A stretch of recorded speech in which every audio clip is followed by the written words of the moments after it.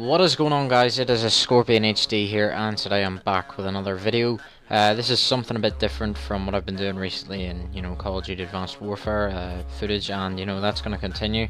But over the weekend there, I was given the chance to join and take part in the Crew closed beta.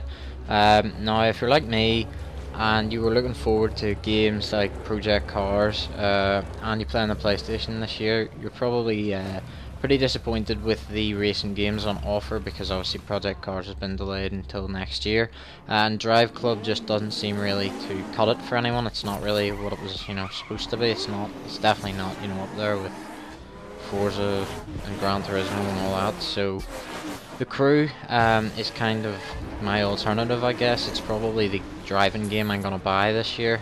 So I was interested in getting into the beta for that reason. This game is essentially an MMO that is, a racing game. It's you can drive across the whole of America, and whenever I say America, it's a simplified version, but it is, it is still a massive scale. It took me about half an hour to drive from, I think it was Detroit to Miami. Yeah, so it takes quite a while to drive across, and it's probably it's not a game you're gonna learn the map in too quickly, put it that way. And you can drive off-road. There's endless possibilities really with what you can do. I was originally put off the game with the fact that you can do stupid things like, for example, make a Porsche 911 into some like off-road fucking Boulder Wildcat, which wasn't really something that I was interested in. However, I'm probably just going to pick the game up and do my best not to do anything like that, use 4x4s for the proper kind of stuff, because the car selection in this game that I've seen so far is pretty, it's crazy compared to what some games are offering nowadays. I've noticed, in the recent few games anyway, Ferrari and Lamborghini and licenses like that, the household names seem to be, they're not as common.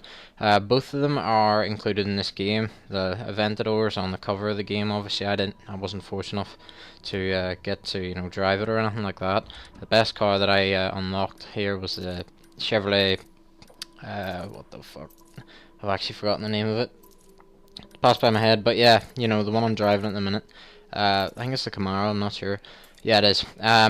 Bumblebee from Transformers. And yeah, it was it took me quite a while to progress, and I only played 3 or 4 hours of it maybe, because I only really wanted to play it for the purposes of this video, because of Advanced Warfare and it was double XP and all that. But yeah, I decided to play it and go ahead and record some gameplay, and I wanted to let you guys know a bit of what I thought about the game.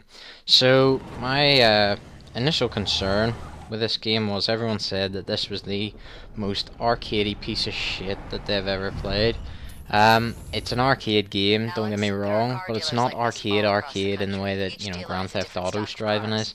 I like the way that they've actually detailed the inside of the car, so you can drive with a cockpit view if you really want to. I enjoyed doing that. However, it's probably not something I would do in the long run. It was just pretty fun to drive around, the roads and stuff on my way from Detroit to Miami, which I think there's footage of in this video.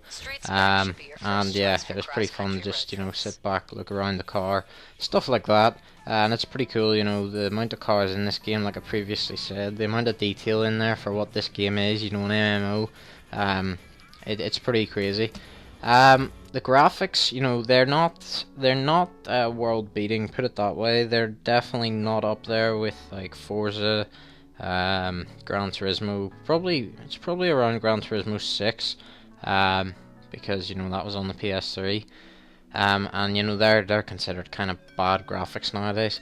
The graphics are obviously going to suffer because of the nature of the game. It's it's the same with, for example, the Elder Scrolls Online. Like it's an MMO. It's got a lot going on.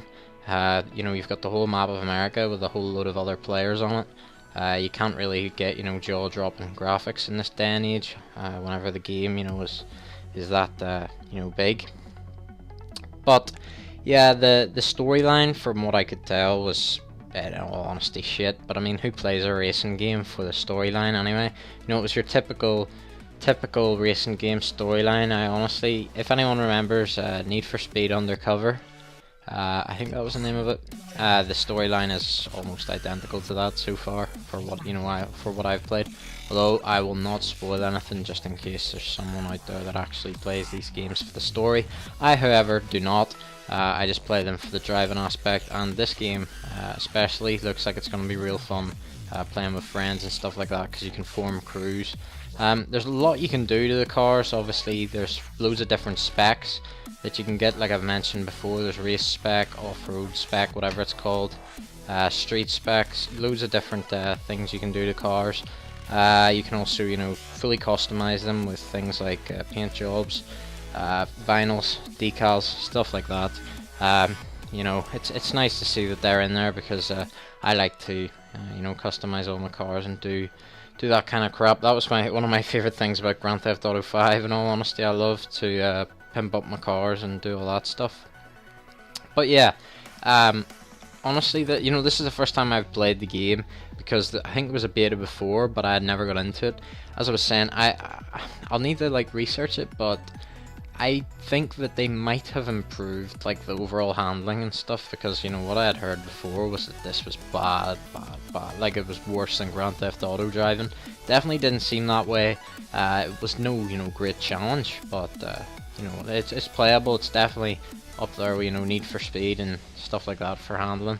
However, if you're looking for an arcade racer or whatever, that's less than a month away, then you'd probably be interested in this.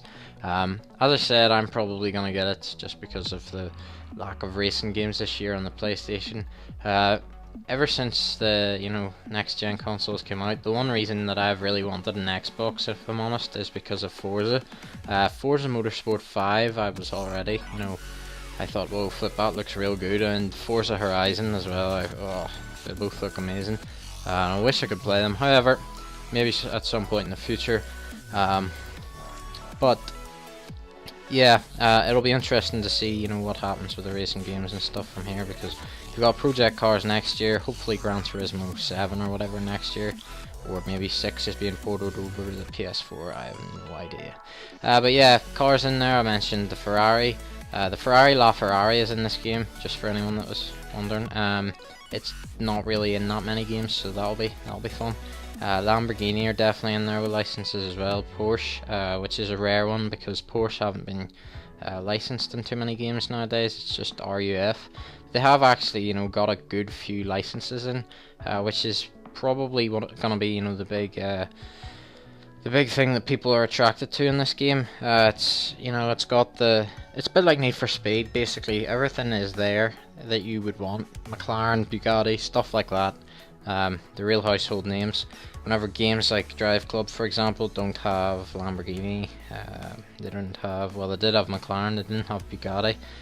Things like that. That household names that are left out, they put some people off games. It put me off Drive Club, if I'm honest, because I like to have Lamborghinis in basically every racing game that I buy, because they're pretty much the main car that I would go for or go towards in every racing game. Dream car, what can I say?